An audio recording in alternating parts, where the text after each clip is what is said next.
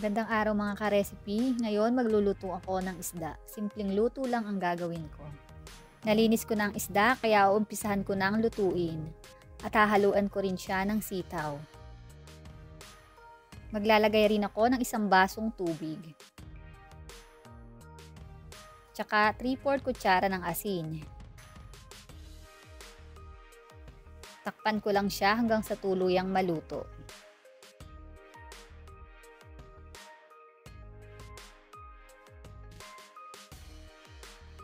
After 2 minutes, eto kumulo na siya.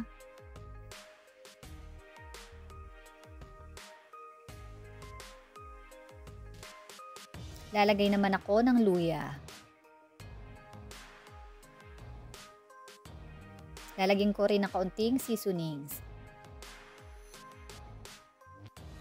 Tsaka ng kaunting paminta.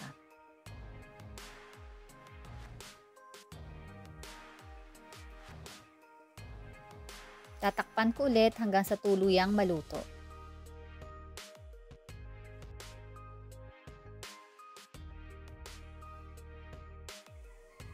After 2 minutes, mukhang luto na ang gulay.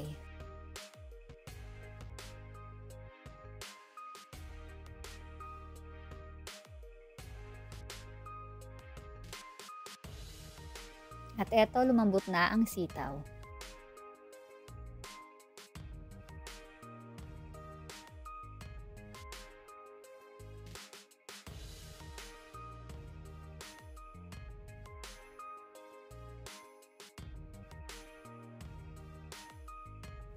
At eto, ihahain ko na ang aking simple recipe, isda with sitaw.